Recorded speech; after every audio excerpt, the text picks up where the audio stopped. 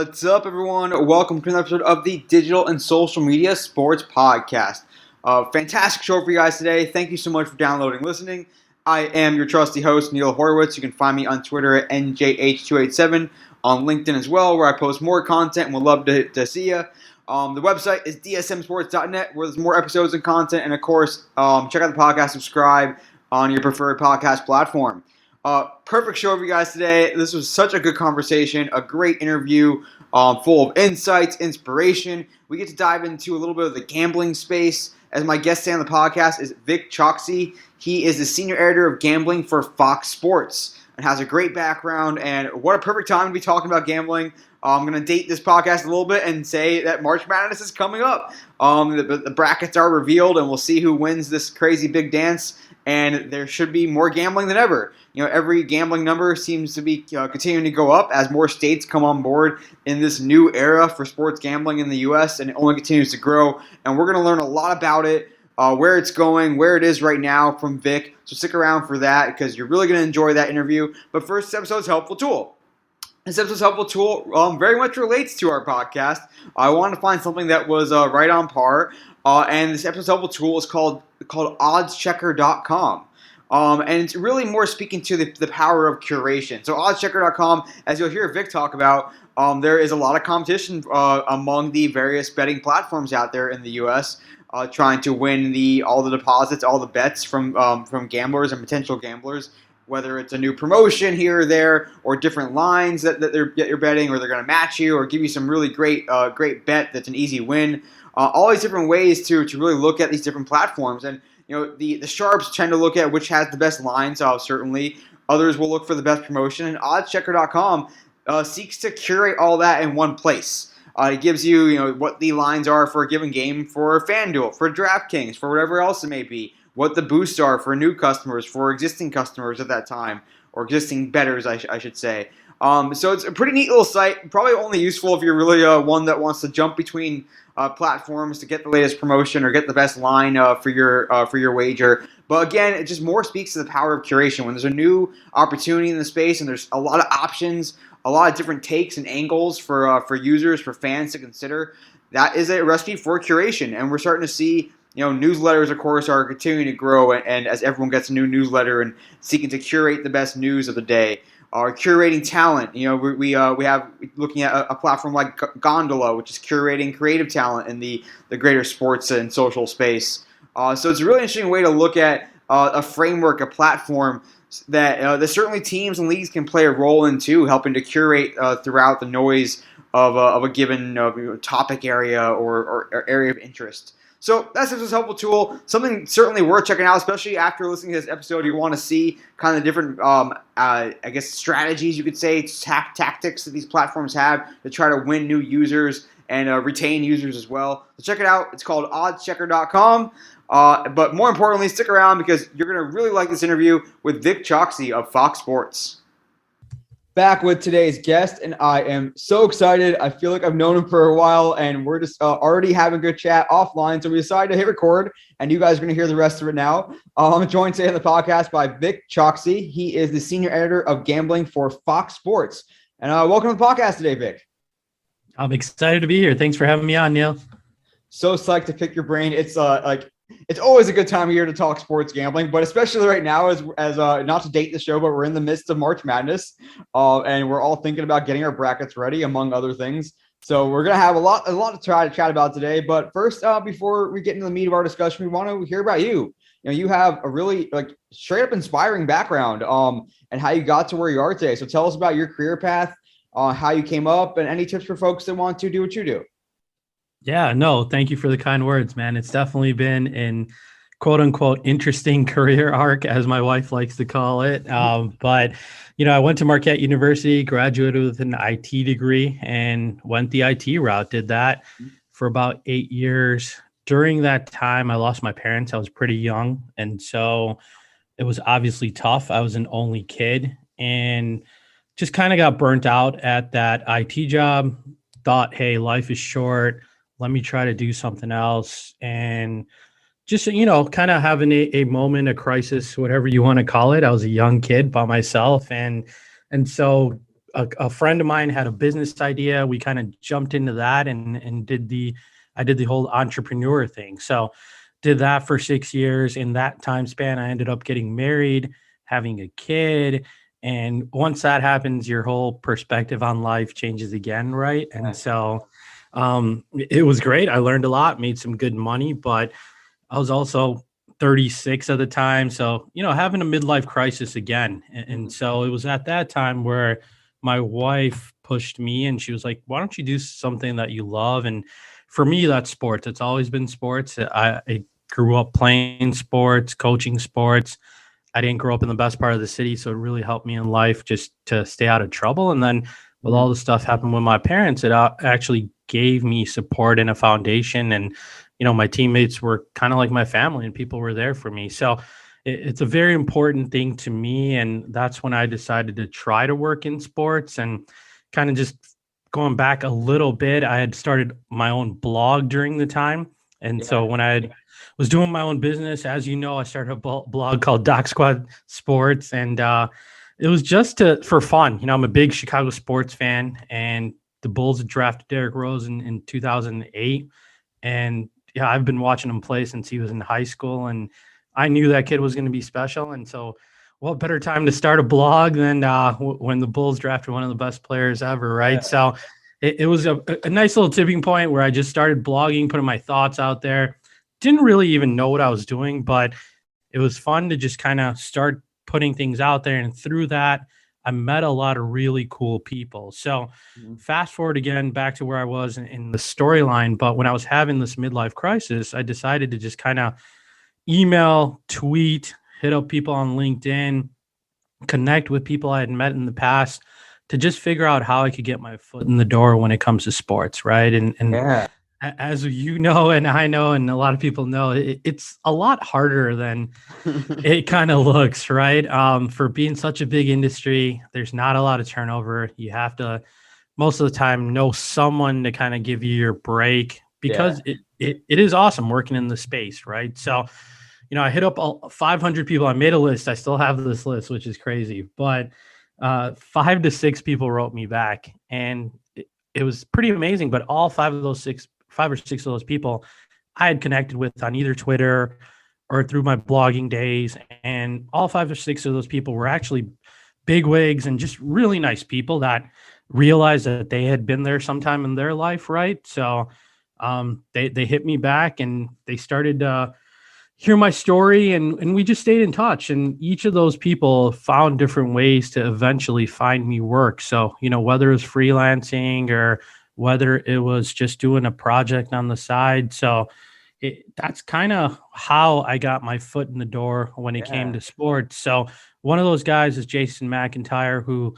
at the time owned the Big Lead. Right. And now J-Mac, as we like to call him, is at Fox Sports. He's on TV. He's doing his thing. He's big time, which is awesome to see. And so he was the one to give me my first real job in the space at the Big Lead, just basically giving me autonomy to write about things that I enjoyed. He knew my blog, and that's kind of how I got also into gambling. So at that time, it wasn't legalized in America, right? PASPA hadn't been repealed, and Mhm. so Jason's a forward-looking guy. He understood like, hey, gambling's going to be the next big boom. Let's start covering it. And so that's when I started writing about it in the space, and just have been grinding in the space ever since. Doing a lot of projects, freelancing, doing whatever I can to get by.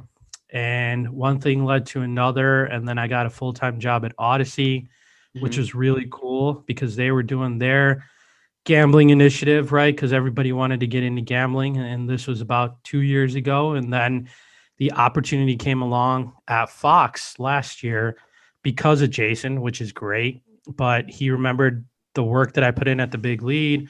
We've stayed in touch. He's kind of been a mentor to me. He connected me to Andrew Lynch, who's my boss now. And one thing led to another. They liked my work. Everything went well. And he brought me on to Fox Sports last year. So sorry for kind of the long, windy Oh, road there, totally. but yeah, that's how I ended up where I am today. And of course, there's 100 other things we can probably get into through that, Oh, yeah. but that's kind of the outside lens perspective of how it all went down. just again, like just so cool to hear about it and how you turned a passion into a job and like you set out to do it and you did it and you're doing it, you're living it. And I do have to know though, like, give me the the quick rundown of what the startup was that you were involved in before you tried to make it full time in sports. Yeah, yeah. So it was actually called Arts and Spirits. And so I don't know if you've ever seen these, but they are places in every city that you can go and take art classes and you can drink at the same time. And so they're kind of like social, they're fun, they're like paint nights essentially.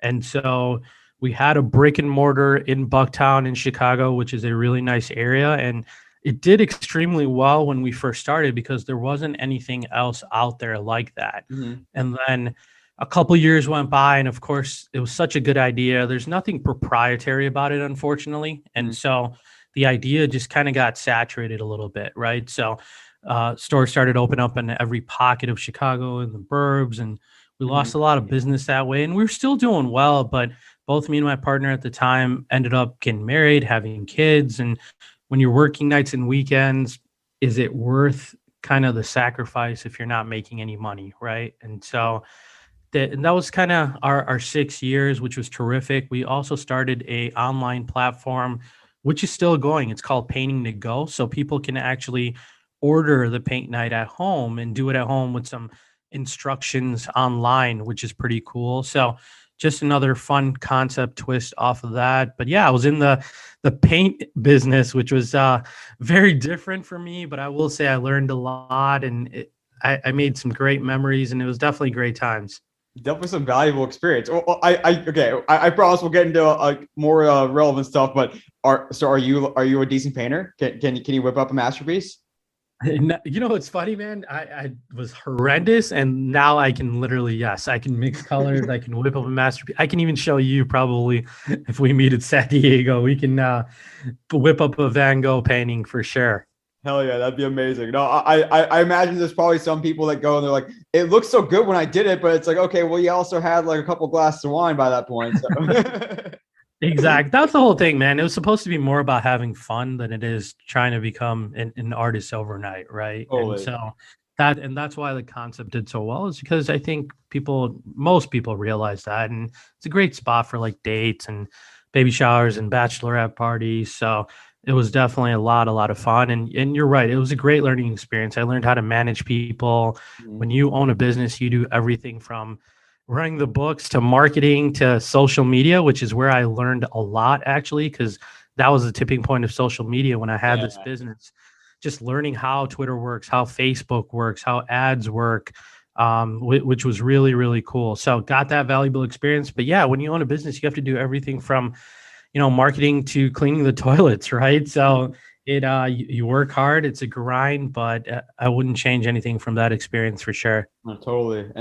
So you start Doc Squad on the blog, and I almost see a little bit of myself in your experience. Like I've been doing this podcast now for almost 9 years, and it's something it's a passion of mine. I have no like plans or aspirations to like turn it into a full business and turning down advertisers or whatnot. So when you start your blog, it's yes, it's a passion play, but did you start with the intent of I want to refine and get my content out there and have this be a place that it can help me eventually get a job in the space or become something that I can turn into a business or become my way into the big league. Like, what were your aspirations when you created the blog, and then how did you go about turning that dream into a reality?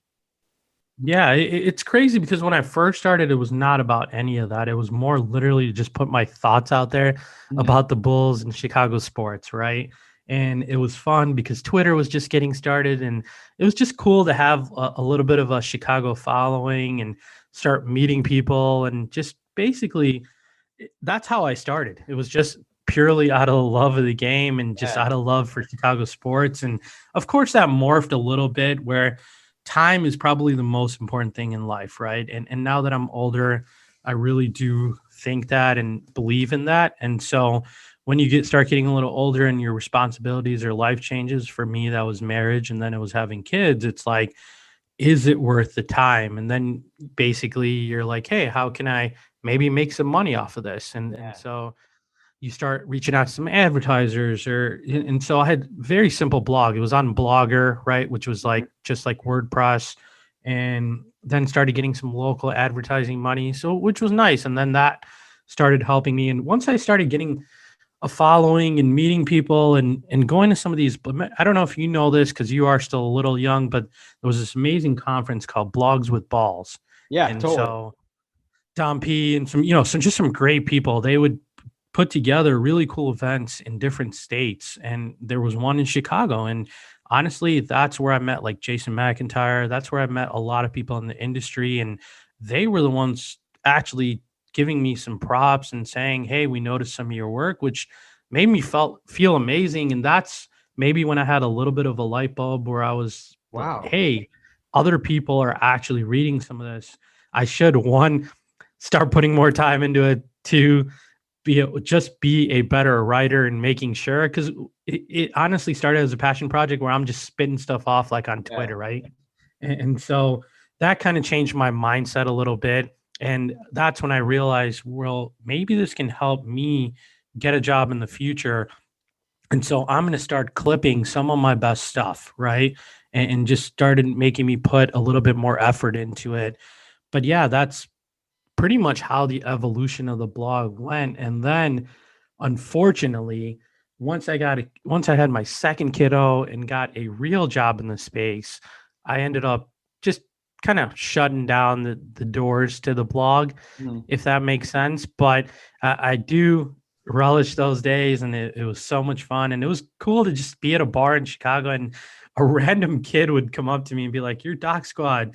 And which was just amazing to me, right? And so that's the power Yeah. of Twitter, that's the power of sports, and that's the power of just having a very cool community in Chicago where people are absolutely crazy about their teams. Oh, I'm just I get goosebumps hearing about that kind of stuff. It's so cool that you made it happen. So as you were developing the blogging and certainly coming of age, and as social media was really coming of age, how did that affect the way you looked at the type of content you produced, how you promoted it, how you promoted your own presence, and even Doc Squad's presence, and if that was interchangeable? Like, did it go from, hey, I want to write about what I feel strongly about, what I'm passionate about, what I know best, versus like, how'd you balance that with, hey, when I wrote about this, that really took off a lot, so maybe I should do more of that and less of this? Like, how do you start to really turn from, passion and desire and your own interests into true like strategy of what's going to attract the best traffic?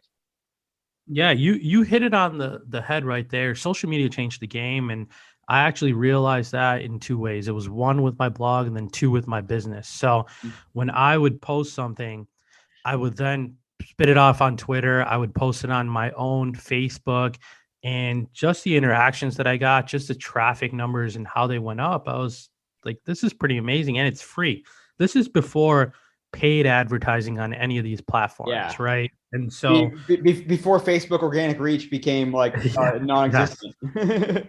Exactly, right? This is before the algos and just a different world. And so to see the organic reach and see the traffic that was coming through just by posting things, that's when I actually started to think bigger picture and put together a strategy, not only for my blog, but for my business as well. Yeah. And that's when I realized how big of a tool just social media was, right? And again, this is before Instagram and Snap and things. So predominantly for me, it was Twitter and Facebook that I was using to basically just blast my stuff out there. And now looking back on it, it was probably pretty annoying, right? You're on your Facebook feed and you got some kid kind of posting different links all the time to his business, but it was important to me. I was trying to hustle, and I did see results, which was probably the best part. But at that time, I wouldn't say I understood the data and metrics part of the whole thing like I do now, right? Mhm. And so I just saw a good traffic spike, and I just saw a lot of likes and interactions and comments and people noticing things when I was out in the streets and like going to a bar or coming to my shop. And so I would talk to them and be like, "How did you see this?" And they would say Twitter or Facebook. So to me, just getting some of that positive feedback really changed the game. And that's when I was all in on social media essentially. Nice. Yeah. And how did you start to figure out like where your sweet spot was going to be? Especially when you ultimately did go to the big league, or even like at the Blogs with Balls conference, there's definitely there got to be this infusion of personality of, hey, I'm not just giving you the information, but you don't just want the information, you want it from me because I write in a good way. You like my personality, you like my brand, you like the things I focus on. Like, how do you start to develop, this is who I am, this is how I'm going to stand out from, the growing crowd of other people that are writing about the same things? Yeah, that's a great question, man. And I always tell younger people that ask me this is try to find your voice. Don't worry about making everyone happy, right? And so it started off for me where I would just started following a lot of people that I looked up to on Twitter. And I would just see how are they presenting themselves? So what's their digital brand, or what are their digital breadcrumbs that they're leaving? And I Mhm. just tried to start mimicking some of that, right? And I will say, like Jason McIntyre, Chad Millman, a lot of people in the space helped me at that time, but I would just follow them on Twitter and Facebook, Instagram, see what they're doing, LinkedIn, see what they're posting, try to really understand. And that helped me a lot. And then I would also see what brands were doing, right, when it comes to social. Because again, it was so new at the time. It's Yeah. very different now. And so it's really a combination of people that I followed and trying to mimic them, and then mimicking brands and really understanding how important and what kind of impact social media makes. And literally, that's your brand at the end of the day, right? And so I used to write stupid stuff like everybody else on Twitter, and just I understood that, hey, if you're ever going for a job, what's the first thing people are going to do nowadays? They're just going to literally type your name into Yeah. the internet, read your Twitter, Instagram, Facebook, Snapchat pages for about 5 minutes, scan them, and they can get a pretty good idea of who you are, right? And I can't lie, when I interview someone younger for internships or freelance positions, I pretty much do the same thing. They're your Totally. digital breadcrumbs, right? That's your brand. And so to me, it's important to kind of clean that up and make sure you're sharp. And so back then, that's when I realized all of that.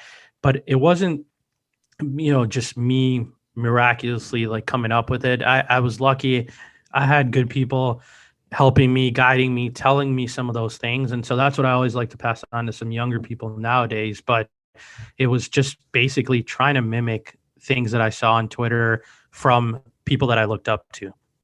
No, it totally makes a lot of sense, and I mean, we all sort of have those writers or content creators that we gravitate to, and you learn what works. You also learn what is authentic to you. You don't want to be something you're not, because that's always going to come off inauthentically as well, and you're going to drive away people that in that sense. So That's a great point, man. I think that nowadays people could just tell when you're being fake online, right? And your true passion comes out when you're talking about stuff that you love, right? And so you shouldn't try to be anybody that you're not. Like, just do your thing, pick what you love and what you enjoy, and really hit that, because the people that are the most authentic, and they have the biggest organic followings, in my opinion. And that's what you should strive to be. But it's tough when you're young and you're trying to still find your way, right? And you're trying to find your path, or you're just trying to get a job, or you're trying to be liked by people. But yeah, no, you bring up a great point there.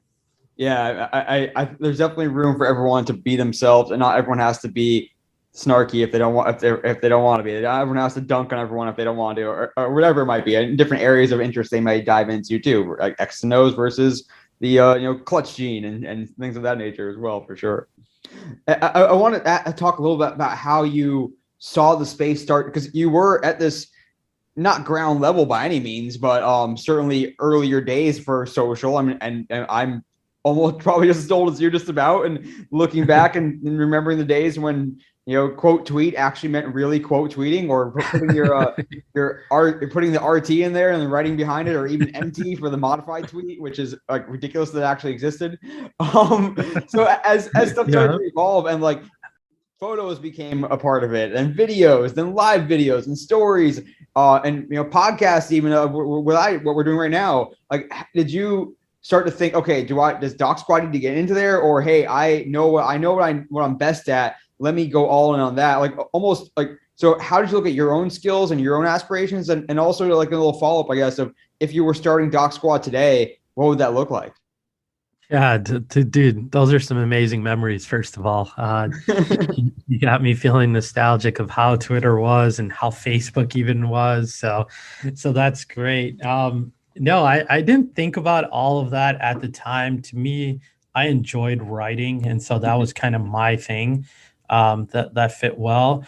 I did start getting interview opportunities and chances because of the blog, and that's probably when I started realizing, hey, there's, some potential there. And then I started seeing other people doing it more and more and kind of blowing up when it comes to starting a podcast or, going video or going on YouTube. But I I just think it was also a confidence issue for me as well. And Mhm. so I didn't feel as confident speaking on camera or doing interviews like I do now. And it was just a matter of getting reps in, right? Which takes a different amount of time for everybody. But Mhm. I think if that's something that you want to do and are thinking about doing, just start doing it.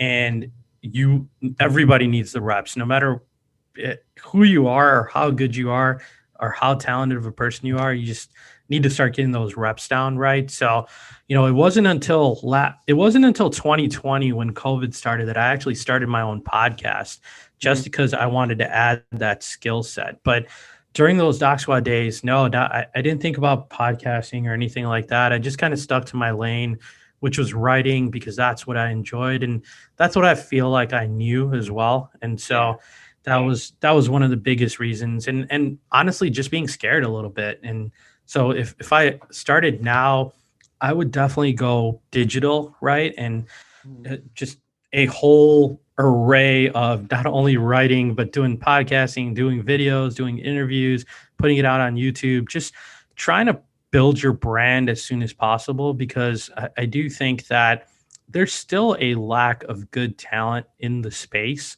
And so if you want your first opportunity, how are you going to get that? Unless you really know someone or you're just one of the best ever, which is rare. People need to notice you somehow, right? And what's Yeah. the best way to do that? Just put your stuff out there and organically, and just, keep at it, get your reps in, and you'll be surprised. So there's a lot of big wig decision makers on social that find people that route, right? So that's probably the way that I would go now, but it's so different now, right? Compared to back then. There weren't even that many people doing podcasts when I started the blog. Right. No, no. It's almost like, okay, like so you want to be a writer, you want to work in the space. Okay, so you can write, but what else can you do? It's like Yeah. writing used to be more than enough to make it in the space, and now it's like that's almost like table stakes, and you got to bring other stuff to the table. But I also love the point just about like putting yourself out there, like taking swings and having fun with it, and also like just adapting to the new platforms and the new opportunities that arise out there. I mean, for you and me, maybe it was social media and podcasting, or for me as well, and for you blogging. But now the story I point to that came to mind as you were talking is Annie Agar. Yep. I think she might have done some work with Fox Sports, but for people that don't know, she just went viral early on with her hilarious dramatizations of Big Ten coaches meetings, especially during the pandemic. She just took off, and now has like a bunch of deals, and she's like a true influencer, and also just like a host and a creator and a broadcaster at times. Like, and so that's a really cool, I think, just manifestation of that, of like you put yourself out there and you create something cool and something fun, like someone's gonna notice it, and look at her now. It's just insane.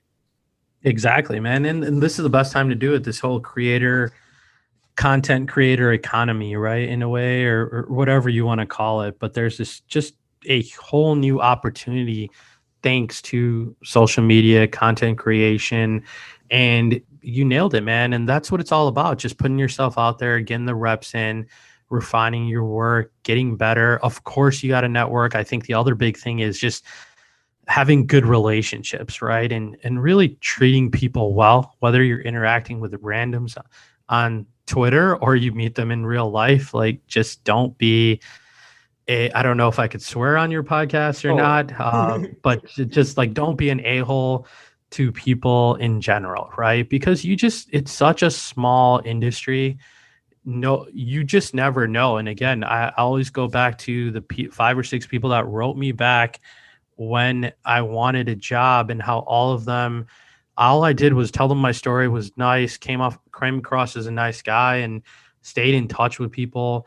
Didn't want anything from them, just had to ask for advice, and they remembered me, thought of me, and found ways to give me jobs. And even to this day, I'm still cool with and close with all those people, and we still talk, and they still find ways to give me jobs, right? And so if you come across as an a-hole early on, and you just never know, that other person is going to ascend in the space, and there might come a day where they're going to be the ones that have openings on their squad to try to get, potentially could have given you a job, but they're like, hey, we don't like this person, right? And so I think relationships are super important, and just putting yourself out there. Those are probably the 2 biggest things right now. no, it's so well said, and what I love even more that it's coming from you, because and it means more, because everyone says, oh yeah, like be good to people, network, reach out, start doing something, put yourself out there. But like all these lessons are things that you've done, like you actually did it, and it has worked for you. You created content, you made relationships, you treated people well, and so I love that it's not just like blowing smoke. It's truly like learning from experience, and like those lessons matter. But Yeah, they do. And here, to your point, man, like, yes, we hear these kind of like fluff things all the time on the internet, right? And when you're in, you got to put, everybody's different. You got to put yourself in people's shoes. Of course, to some, they're just like, hey, this is BS. Like, I work hard, I'm smart. What's going on? Why can't I get this opportunity, right? But trust me, I've seen it from the ground up as someone that pivoted careers and am in the space now. It does work, but it's a grind. It's tough. You're going to get rejected a lot. I think that's the other big thing is I was rejected a ton of times before I got this job at Fox Sports. And you have to, as much as it sucks, and again, I have a family. I'm a little older than a lot of people trying to get into the space, right? And so for me, every time I got rejected, it was, should I even be doing this, right? And so I have an IT degree. I have entrepreneurship experience. I got my MBA from University of Illinois. It's like I can go out and probably get a job, because at some point I started feeling guilty as well, right? So I have this amazing wife that's like supporting me mentally and financially. And once you have kids and a home, bills add up. So yeah, it's important to stay strong kind of through the downs. But now that I'm here, I look back on a lot of things. I do realize all those rejections were actually pretty good things. Like, I didn't have any experience, but I would come runner up or third person out for a job, which were pretty good gigs, right? And so now that I look back on it, they were all pretty good learning experiences. I am still friends with a lot of those people. I learned how to interview. I learned how to put together my resume. When I didn't get the jobs, those people were nice enough to explain why. And I think, again, it's just really sticking with it. And it's all not just fluff stuff that people say, but half of the stuff about the space is just being resilient and kind of keep showing up in a way, right? Like if you can show up 80% of the time, I think and just do a good job and be nice. I think you can yeah. persevere and definitely find a place in the industry. Oh, just good stuff. Talking here with Vic Chokshi, and just inspiring us every single time. He's senior editor of gambling with Fox Sports. So let's talk a little gambling, Vic. Tell me, like, how did you were you always kind of a little bit interested in the gambling side of things or the fantasy side of things, or did you have to really learn the space and teach yourself, and not just how things worked, but also how to promote it, how to engage around it, how to create content around it? Tell me about like your history with gambling in general and fantasy, and how you've got to where you are today with really being senior editor of gambling at Fox Sports. Yeah, definitely, man. Not a great story, but definitely started gambling when I was super young, man. In high school, we're doing I was making pools by hand and we're doing fantasy football. This is before Yahoo actually had Wow. all of this set up, right? This is a long time ago, man. That's what I'm telling you. I'm a little older than you for sure, uh, but yeah, playing Monopoly for money, just doing different things. Where I got into the game and I didn't start betting on sports until probably college. And so this is the time again where it wasn't legal. So you're sending money offshore via Western Union. Anybody that's done it understands what I'm talking about, but sending money to like Jamaica essentially to log into a website. And so I've been gambling for a long, long time. And so same thing with fantasy, man. I remember fantasy when it was done by hand. And then when I was in college, Yahoo started and I was hooked. I was one of those guys that did like 47 leagues at one time. I loved it. I loved fantasy basketball. I love fantasy football and literally took it really seriously, probably until I had my second kid, which is just recently. But I think the second kid and the pandemic and everything made me a little soft. Now I'm not as cutthroat, but just love fantasy, love gambling. And I knew it was going to be a big industry. And so that's why even on Doc Squad, I would post gambling picks. I would write about gambling. I would talk about it. I would do the same on Twitter. It was just something inside of me. I knew everybody did it, but it was kind of taboo at the time, right? So, but everybody that I asked, everybody that I talked to, whether it's a college kid or an older person, you're watching a game at a bar, or you're watching it with your buddies, everybody had some money on it, whether that's $5 or $500. I knew people were gambling. I would go to Vegas and I would see how insane it was. And so I knew it was only a matter of time. And that's why, I started writing about it. I think J Max saw the same thing. And so he wanted us to write about it at the Big Lead as well. And even when I kind of moved on from there, I started to keep that up. I made that one of my niche things on Twitter as well. And again, just blogged about it, talked about it, jumped on people's podcasts about it. Because I do think even back then I knew it was going to be really big, and I'm glad I did that. But yeah, I've been a degenerate gambler myself, and then just when it comes to the content side of things, really, really, I started with the blog and then really got into it at the Big Lead. So, and we almost take for granted, or in some cases, like when you were blogging or even now, of, hey, like I can write and use this terminology or talk about this aspect of gambling and take for granted that people will know what I'm talking about. But now we have this new world where, the goal for all these companies throwing around tons of money to try to get those first time deposits and try to get those gamblers that can hopefully be with their brand for life. It's a balance of, hey, I want to talk to the avid gamblers that know everything and I don't want to talk down to them. But I also want to, welcome in the casual people. I don't want to alienate them and make it feel like it's too complicated to understand all these things. Like people that may not even know what a money line is, or may not know what prop bets are, or parlays are. So how do you go about thinking about dealing with those two audiences? Is one more valuable than the other? Is one more receptive to content than the other? And you have to really think about it in that bifurcated fashion. Yeah, that's a great question. It's crazy to think even back in until 2018 you couldn't really even say or write a lot of the things that we do now, right? And when it comes to football, they couldn't talk about it on TV, and now, like you said, everybody's talking about it. The NFL posted a job for VP of betting today, I think VP of gambling themselves. Wow. And so the landscape has changed so much. And in regards to the demographic, I truly think it all depends where you work, but when it comes to companies that are getting into content themselves, I think that for most of those companies and Fox as well, we are just trying to talk to kind of the new gambler, right? The casual gambler, the guy that's going to be watching the game on his couch, throwing $5 or $10 on the game and having some fun with it. So I kind of liken it to watching a movie, right? We pay 10, $15 to go watch a movie. We have fun for 2 or 3 hours. And this is kind of the same thing. We're watching something fun. And then on top of that, you have an opportunity to actually win money off of it, right? And so that's kind of how I see it in my mind. That's our strategy. So a lot of the stuff that we do is more for the casual gambler. I think the hardcore gamblers, the ones that are betting huge amounts of money, they're not really coming to a lot of these media company websites and reading about their content, if that makes sense, Mhm. right?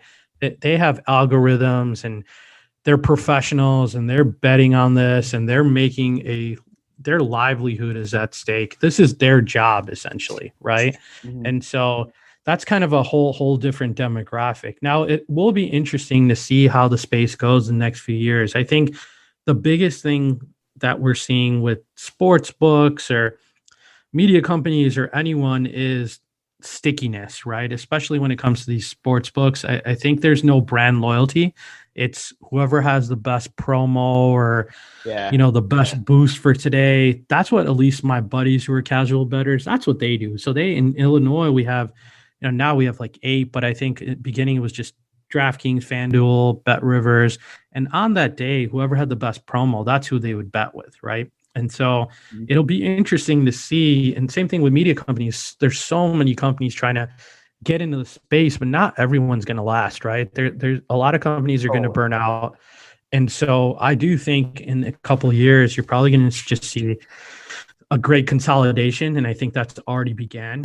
And so we might just see the big guns that make it through the next couple of years. But I hope that answers your question a little Oh, bit. totally. Do you think then, like, what will ultimately, what does and what will like ultimately win the betting audience, or and especially the casual bettors that you mentioned that you're going after, the newbies, so to speak, are like, I ask that because I think we're all anticipating, okay, what's going to happen when, when Adam Schefter's contract comes up, and all the talk Yep. around these gambling companies thinking that if we get the Schefters, the Wojs, whoever, if we get the information brokers on our platforms, then that's how we're going to attract all the betting audience to us. But is it really just, that's great, we're going to get the Schefter tweet or whatever, and we're going to love that, but are the bettors ultimately going to say, okay, we're still going to go after who has the best promotion or has the best odds for us? Or, like, how is that information brokerage like really as powerful as some of the media outlets are making it out to be?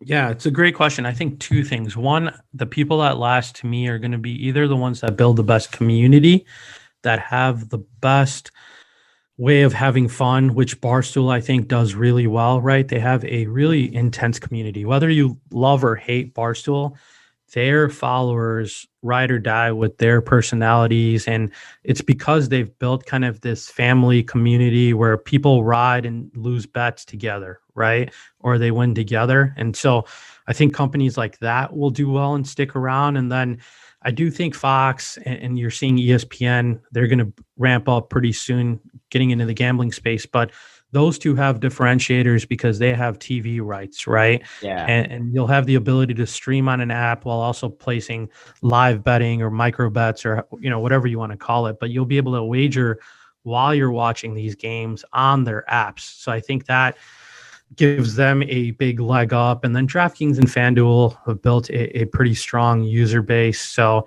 that's kind of one way, or that's how I see who I see laying around. And then when it comes to information, man, trust me, I've tried to do it all aside from work when it comes to gambling. Like I've known when quarterbacks are going to be out. I've known when point guards are going to be out of the game. And I've beaten numbers by 6, 7, 8 points because of that information and then still lost bets. Right. And Yeah. so, and second of all, these odds makers, they, and the people that set these lines and then the ones that automatically do it with softwares, they're just so sharp. They get the same information probably sooner than everybody, right? And so a lot of those times those numbers are already baked in. And so even if you have information, it doesn't guarantee success in the in the gambling space, if that makes sense. And so I do think there is some value, and I do think one of the big insiders will get into the game eventually, probably over the next 2 years, whether that's Woj Shams, Ian Rappaport, somebody in the game. But personally, I don't think there's a lot of value in it from a gambling perspective, but from a media perspective, from being a company side, I see a whole ton of value because they will then be able to do exclusive posts about those kind of things, and that will drive a lot of traffic to their websites, right? Or whatever platform they're trying to push people to. So I see the value in that for sure. I just don't personally see a lot of value in it from a gambling perspective if I was a gambler, but I do think one of those big guns is going to make a move in the next year or two. Yeah, and I guess they have to be like, hey, Russell Wilson's now a Bronco. Here's their new odds, futures odds for Super Bowl. And like, you want to bet now? Like, I guess I could sort of see that. But you mentioned like the analytics, the big numbers ultimately that are setting these lines. That certainly some of the the big gamblers are certainly using, whether it's complex algorithms or just big data sheets and lots of Google spreadsheets. Is there a worry that you guys don't want to draw too much attention to that? Or like, do you want the casual bettor to still think that, hey, they have a gut feeling that it's going to go this way, so that's okay, even if the house or the people that they're betting alongside are using these complex, stockbroker like strategies to place bets that are numerically and data driven? Like, is there a point where, is that a worry at all in the back of your mind that, hey, we want to show people all the data, but we don't want to turn this into just a numbers game where something spits out to you what the outcome is, and that's your bet?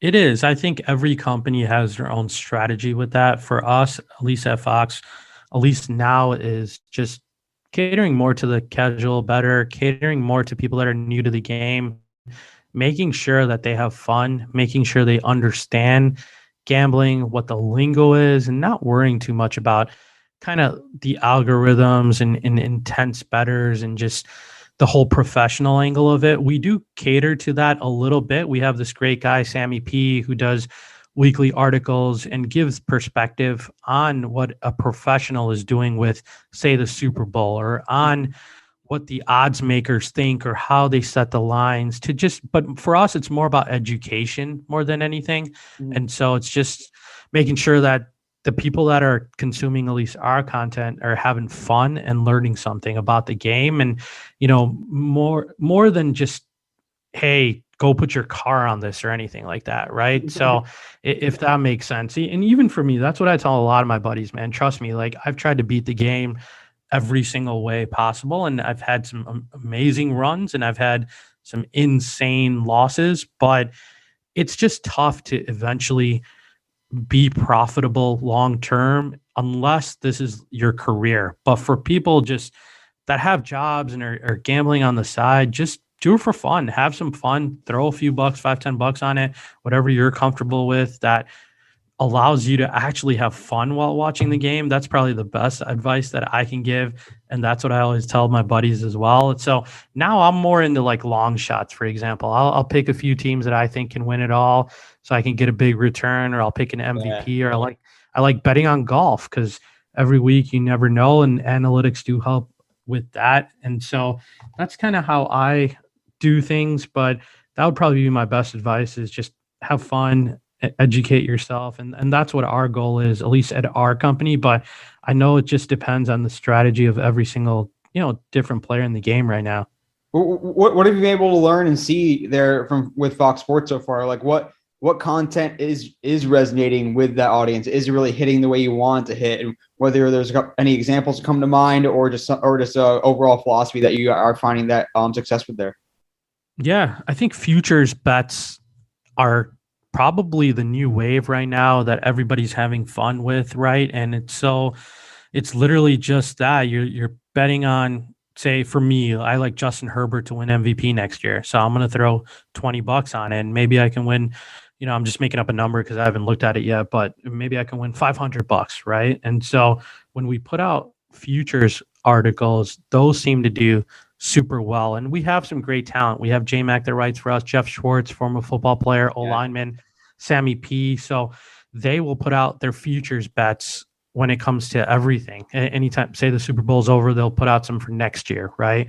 Or say March Madness is coming up, Sunday we'll put up their 3 best NCAA tournament bets. So those have done super well. And then our educational pieces have done one. We call them how to bets. And so we're essentially teaching people how to bet a particular game. Say the Bears are playing the Packers. We'll have some information in there. We'll have some data in there, some trends in there. We'll educate them on what the line means, what a money line means, what the total means. And Yeah. then we'll try to include a pick in there or have some knowledgeable insight from like Colin Coward or one of our talent as well. So those have done super well because it's a little bit of everything. And I think that relaxes and helps just casual gamblers that are trying to get into the space. And so those are probably two that come to mind, Yeah, two no, different types of articles that do really well. yeah, I thank you for that. That's a great insight into how that's going. I last thing before we get to the shareable stat, I promise. Vic, time's just flying by between with us here.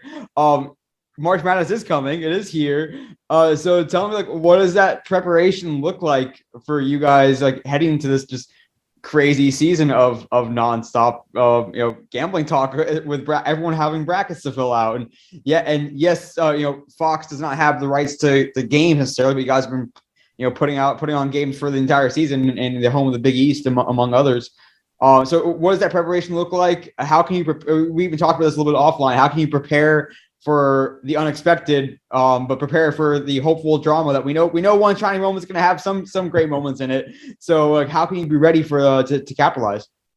Yeah, so it's a great question and it's tough. It's a juggling act. If you work in the space, you know how fluid it is. Every day there's something, right? So my goal is to try to plan as best as we can. So we have, I call it shelling, but basically we will shell out different scenarios for different things so that if something happens, we can just plug and play essentially. So it's coming up with a plan probably the week before, so same thing with the Super Bowl. We plan that probably a month ahead so that when the Super Bowl arrives, we have content before, during, after. But like you said, things always happen. So again, going back to this week, we had an insane week when it comes to sports. All those quarterbacks were on the move, right?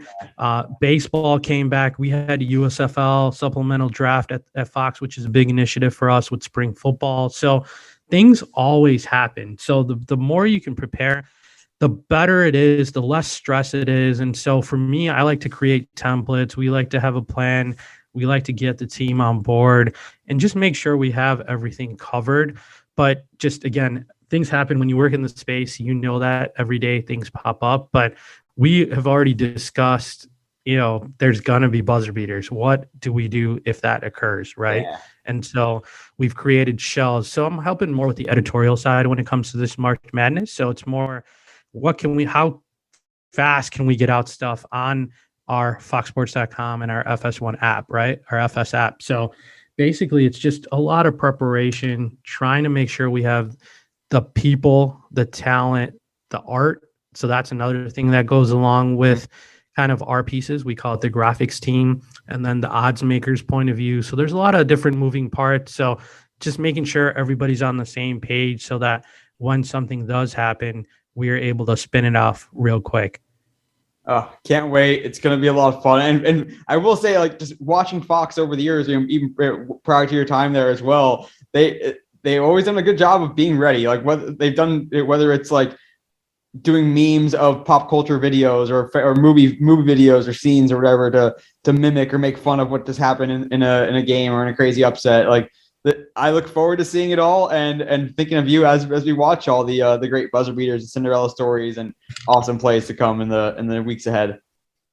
No, thanks, man. And again, I'm lucky to work here. We have amazing leadership. I will say I've worked at a lot of different places, and it just very, very good leadership here. Everybody is on board. Everybody has one goal. Everybody loves sports, which is really cool. And I think going back to an earlier point that you made, sometimes that truly comes off when you love something or you're authentic, right? And so that's what it seems like here. Just everybody on the squad has one goal. Everybody loves sports, and it does show just when everything gets created. Oh yeah, it's gonna be a blast, man. We're gonna have some more fun with you, Vic, in our off the board segment. So stick around for that. But first, for all the listeners, episode's shareable stat is coming at you right now.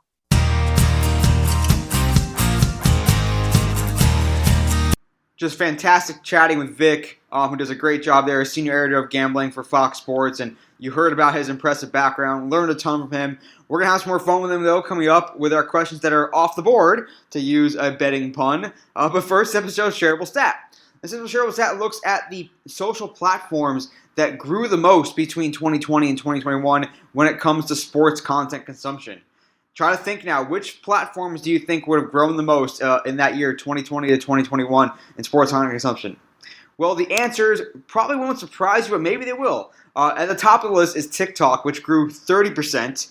Not a huge magnitude, but certainly very considerable, especially much bigger than some of the more mainstays, which either were pretty much flat or had very small growth or even lost a little bit of consumption as well. About 30% for TikTok, and right behind it, the only other one with a significant growth percentage was Twitch. Now, of course, you're starting at a smaller number, of course, so the percentage growth is what it is, but certainly an interesting one. I think TikTok, most teams and leagues and organizations and brands are pretty much in on nowadays. It's hard not to be on TikTok with just the sheer numbers, the really creative platform that you can have there.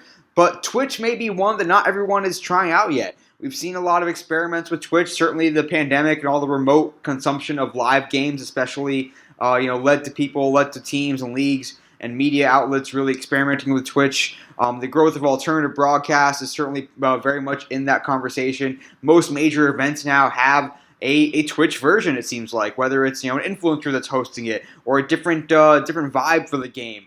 I don't know if anyone's quite nailed it. And that's something to continue to watch. I don't know what that innovation looks like on that platform. A part of it is getting the users that might be just checking it out, the casuals, people that are new to Twitch, to help educate them on all the various things that you can do on that platform. The interaction you can have during an event, the power of the chat, the power of just subscribing and being more of a premium chatter, so to speak, being able to connect with the host more effectively. So don't take it for granted that when you invite new users to a new platform, Discord's in that conversation as well, to make sure that you educate your fans for the ones that might just be checking it out and looking around, and you don't want to have them overwhelmed by the options, and you want them to see the benefit of being there. So that's a helpful tool, or sorry, not helpful tool, but shareable stat, and it looks at, again, the growth in sports content consumption between 2020 and 2021. The only two that really had big growth to speak of: 30% growth for TikTok and 21% for Twitch. All right, that's a shareable stat. Stick around for the Off the Board segment with Vic Chokshi of Fox Sports. Back from this episode of Shareable Stat, and I am joined once again by Vic Chokshi. Excuse me, Vic. You killed it in your interview. Are you now ready to go off the board? Yes, sir. Let's do it. All right. Number one, you mentioned you went to Marquette. Marquette has a lot of good memories in their sports history. But for you, tell me the most memorable game from your time there as a student.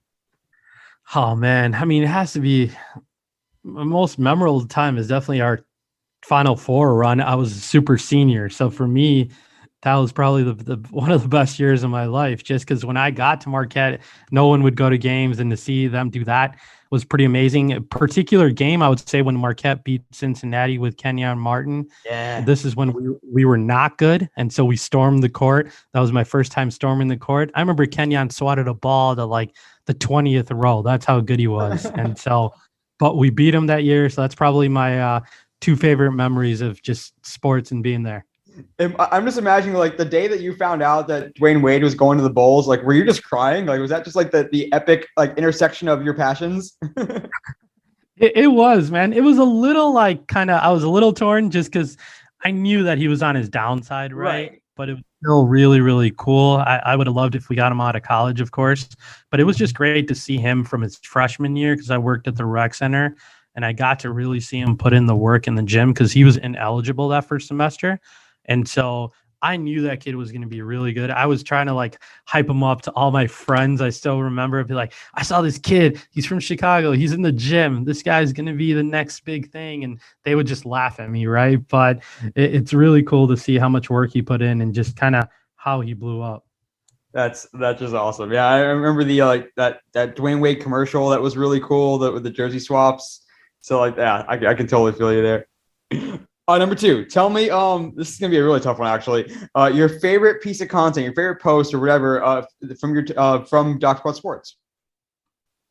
Oh man, that's tough because we had a lot of fun ones. I mean, I think I had this. I interviewed Dwayne Wade. So that's like my profile picture still on Twitter and some of my social media platforms. So I would probably say that was the coolest piece of content that I created when I when I had the blog, because one, it was just amazing, and that was honestly my first interview thanks to the blog, which was pretty cool. So it was like the Oh perfect wow. intersection of everything. It was like Chicago, Dwayne Wade, Marquette, and my blog all at the same time. Dang, that's super cool. All right, that one that very much should be the favorite piece of content. That's awesome. Number three. This is gonna be an interesting one. Tell me the sport whose fans are most engaged with gambling. Which sports fans how it really stand out? Hey, it's got to be. I mean, as much as I want to say March Madness or college basketball, it's got to be football. Mhm. It's football is king when it comes to everything. I feel like viewership, gambling, fandom, just everything. They're just on a different level. So, hands down, it's football and Is it and really and the NFL? NFL. Okay, okay. Yeah, it's sorry to even drill down a little further. It's NFL by far, and then everything else. It's crazy. NFL really does rule the world, except well, really rules the United States, I guess. Maybe Yeah. the world eventually. Well, you'd be surprised. I went to a football game in London, and people were really into it, man. There was tailgates a whole day. It was funny seeing jerseys of just all types of random people, but a lot of Brady, a lot of Rodgers, a lot of just the quarterbacks that were in Super Bowls, right? Because that's probably Yeah. the only game that they watched before this whole London thing. But yeah, people really do seem to be into it out there. Here's so number four, a different kind of question. Tell me, like, if I'm a new sports better, which sport is there a sport that you suggest for me to get involved in just to learn betting and why? Yeah, that's a great question. I would still probably go football. Yeah. I think it is the easiest thing. I mean, again, gambling is not easy, so don't get me wrong there. But I think that if you understand the rules of at the NFL, you will understand gambling. But you have to educate yourself. You have to read up on it a little bit because the point spread is involved and the money line's involved. But you can bet on a total. I think is probably an easy way to start when Mhm. it comes to betting on the NFL. So there'll be a total of 42 points for a game. It's either the total of points scored by both teams goes over or under that 42 points, right? And you either win or you lose. So I would probably say NFL and then maybe starting with a total just to get your feet wet would probably be the way to go. Is there a sport you kind of have your eye on? Like, it may not become as big as the NFL ever. But hey, if this sport, if it just picks up a little bit, or this sport can really take off with betting, or it's really conducive to betting. Yeah, I think it's golf. I think that Yeah. golf is going to be the next big thing, not only because I've personally started to get into it, but soccer is amazing. Soccer is a worldwide sport, but there's not a lot of stoppage in soccer, right? And I Yeah. think live betting is kind of the new big thing. And that's why it's so big in football. You can bet every single time there's a timeout, or same thing in basketball. And soccer sometimes doesn't allow for that many opportunities. Whereas golf, you can bet on every single hole. You can bet on futures before the tournament begins, who's going to Yeah. win. You can bet on it after day one. You can bet on it after day two. You can bet on it after day three. And crazy stuff happens in golf. Just because you're leading the whole way doesn't mean that that golfer is going to win. And so there's so many different opportunities to bet on it. It's one of the fastest growing sports in the world. I think because of COVID, that was a big point where people could get outside and play. Now it's being watched more. And the whole gambling component, I think, is really going to blow up in that space. That's a really good call. I think that's certainly one to watch. And to your point, too, a truly global audience. Number five for you, Vic. Moving along here, tell me about having a South Asian background and what you've seen from diversity initiatives in sports as well throughout your career. Yeah, it's kind of cool to see just now how different it is, the landscape is compared to when I was growing up, right? And Mhm. it does help a lot when you see people that kind of look like you or been raised like you on television or working in sports. But when I was growing up, there weren't that many people. And now it's a completely different landscape, which is really cool to see. So that's helped motivate me. I'm definitely in a couple of organizations. I'm in, South Asian in sports, which is cool. I'm in this Asian American journalists organization, which I take pretty seriously because it's just cool to meet other people in the space. It's cool to pass your knowledge down and help those younger people trying to come in the space. So I'm trying to really help with that a lot. And I do think it's a very, very important initiative. And I'm proud of that's one thing I'm proud of where I work right now in my team. We definitely have a very nice and diverse community at Fox Sports, and especially on my gambling team, which is great. So it's something that's near and dear to my heart for sure, and something that I'm really trying to push in the future moving forward as well. I love that. Thanks for that. It's a great thing to hear about what you guys have going there at Fox Sports and all just the progress that has happened, during your career as well. Number 6, this would be a fun one here. Tell me the craziest game you remember. You don't have to be not necessarily you were at or not, or even watching. But the craziest game you remember for betting purposes, whether just a crazy bad beat, a crazy upset, whatever it is. The spread was not even close. What's that craziest game from a betting perspective? Oh my God, that is nuts, man. I will probably say, so when you're a bettor, you always remember your own bad beats. You know what I mean? Yeah. So they're just like these soul crushing defeats that you really thought like, hey, I have this in the bag.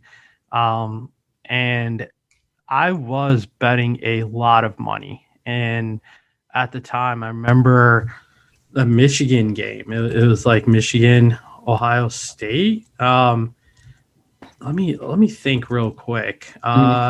Man, I have so many bad beats. I've lost on like sponsor beaters, and I've lost on pick sixes, and I've lost on, I don't know, punt returns, and just I don't even know how to like explain kind of all the different bad beats that I've lost. I know this is quick fire, but I'm trying to kind of think of maybe the worst one. There's definitely like okay. So it was Michigan State, Michigan. And Okay. that's the game. It was Michigan State, Michigan. And that was probably the worst bad beat just because I had a lot of money on this game. It was probably 2015 or 2016. But basically, I remember Michigan State won on a like muffed punt. That okay. I was thinking it was the botch punt game. It was the botched punt game. So Michigan was up 23-21, and then there was a botched punt, and Michigan State ran it back, and then they won 27-23. And so that was just I remember one of the most brutal beats that I've ever personally experienced.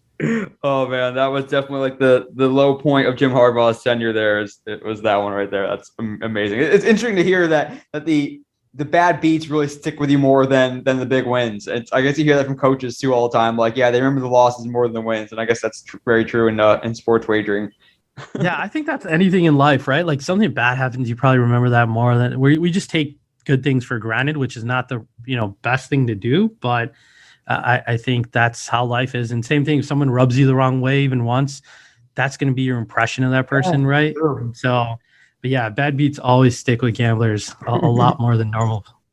All right, we'll take away some of those bad memories. And we'll go number 7 here. Tell me, like we talked about this a bit in the interview, but with all this competition for sports gambling in the U.S. Right now, just the tons of marketing spend happening, and everyone trying their different strategies and branding and content. Like, what are those variables that really that all these companies can pull? Like, is it like we say content, we say information, we say promotions, we say lines, we say educational content. Like, what do you think are those most important variables and levers that these companies can pull, and what do you think will help Fox Sports, win out in the end in their properties?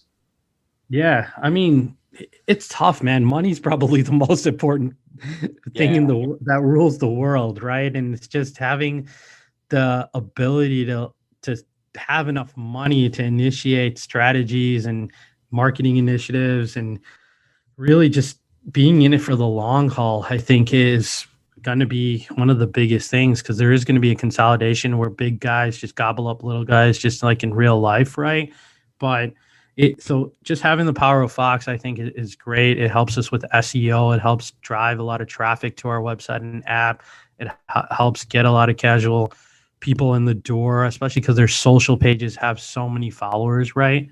I Yeah. think that's kind of another way to where you can leverage another component of the business is you can use social media to then push people and push traffic and push gamblers and who's got the biggest followings. It's like Fox and ESPN, right? And so, and that's why you might see a lot of consolidation on the other side where gambling companies like DraftKings might end up buying a media company, right? Mhm. Because they're burning so much money when it comes to marketing. They might buy a media company so that they can create the content for them in-house, Yeah. right? And so I think that's going to be another big thing to watch in the space as well moving forward. It's really, really smart take, and you're already seeing it start to happen. I mean, certainly with Barstool and Penn, and obviously it's what you guys already have going at Fox Sports, which is helpful to have that built in for sure.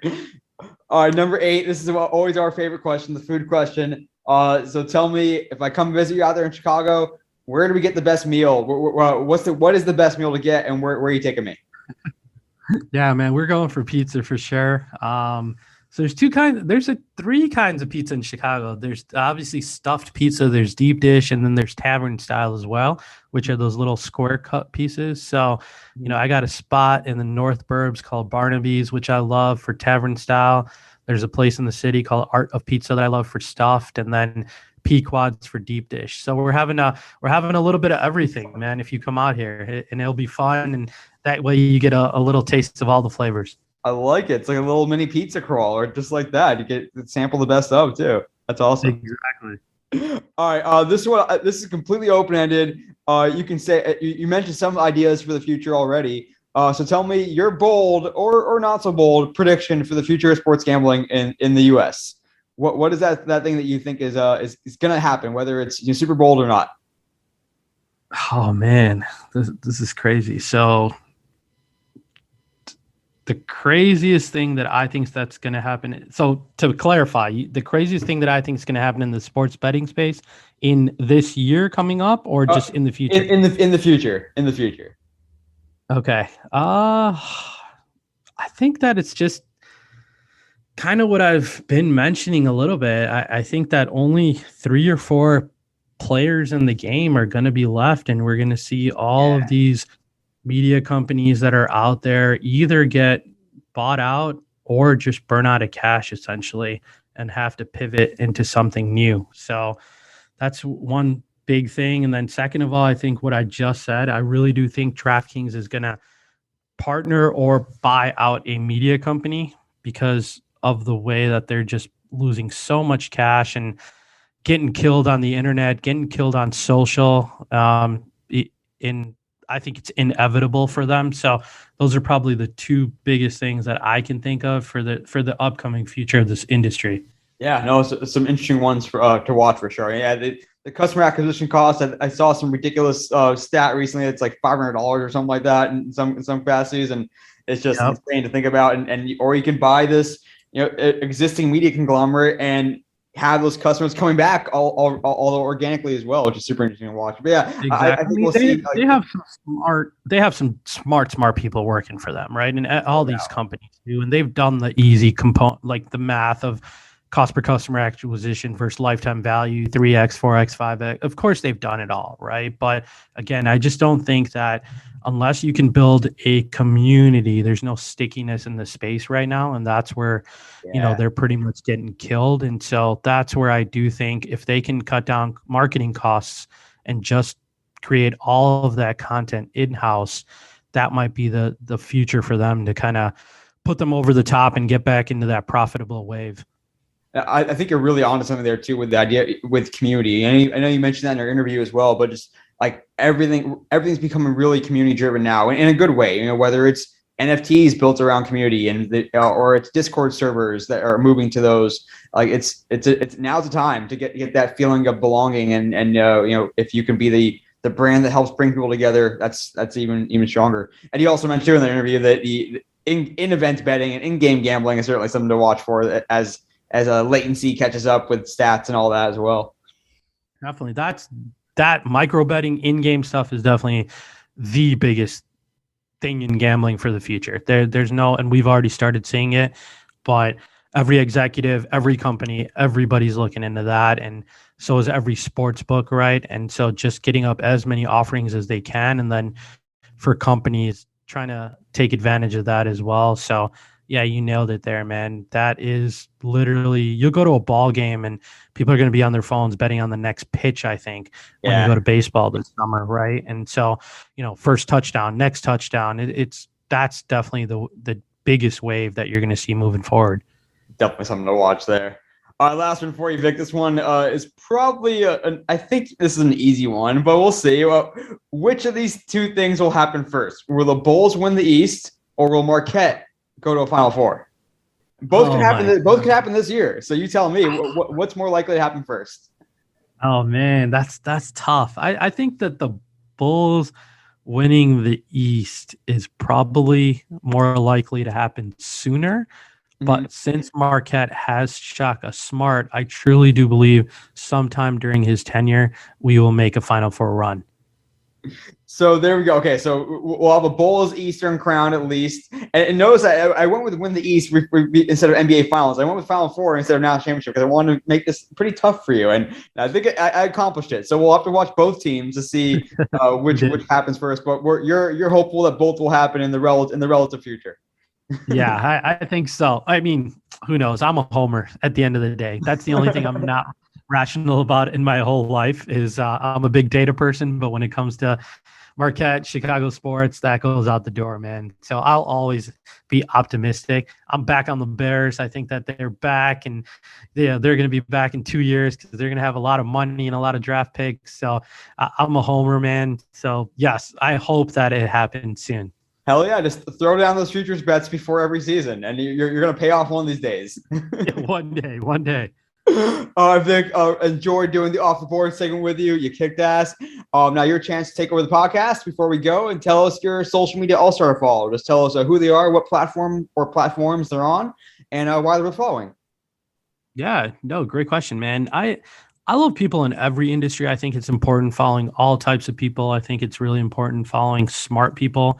I love following, and I'm not just saying this to gas you up, but I love following you on Twitter, man. And I think people would learn a lot. I love following like JW Cannon, TK Gore, Scott Shoshnick, Howie Longshot, Jess Smith. I think if you're into marketing, those are all really, really cool people to follow. I think if you're into gambling, Colin Coward, Jason McIntyre, Chad Millman, those are all really cool people and just smart people and nice people to follow in life. And they post different perspectives on different things, which is really cool to see. So I would say, find some cool people and things that you enjoy and follow smart people. And that can really, the last thing I'll say is just in life, there's this big saying, the 5 people that you hang out with the most are probably the ones that shape you the most, right? Same thing when it comes to social media, man. The people that you follow, that's what you're intaking into your brain every single day, right? So, make sure you cut out toxic people and negativity and just follow good, smart people, and you'll be able to learn a lot from those people.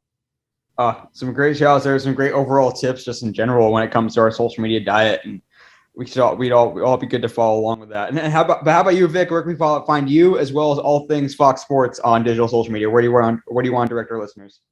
Yes, sir. You can go at DocSquad33 on Twitter. You can go at VicChoksy33 on Instagram. And then when it comes to Fox Sports, we got a pretty awesome app. Make sure you download the app, or if you go to the website, it's foxsports.com. And then there's a little odds tab now. That's one of the biggest tabs, which is really cool to see because, this didn't even exist last year, but there's an odds tab, and that's where you can find all our gambling content, which is really cool.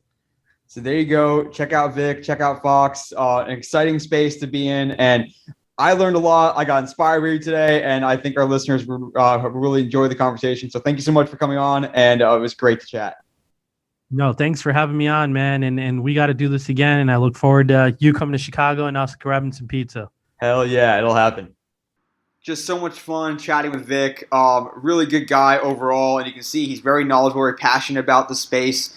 And certainly a space that's only going to continue to grow, continue to get more complex, more fun, more engaging, more interactive. And we look forward to seeing it all and seeing what Fox Sports does and have Vic there helping us along the way to have fun with it all. But that'll do it for this episode of the Digital and Social Media Sports Podcast. Thanks again for listening. I'm your host, Neil Horowitz. We'd love to see you on LinkedIn. You can connect with me there for more content. On Twitter at NJH287. Hit me up at the website, dsmsports.net, where you can find more episodes and content. And, of course, the podcast is on whichever podcast platform that you like the best. Until next time, this is Neil Horowitz signing off for the Digital and Social Media Sports Podcast.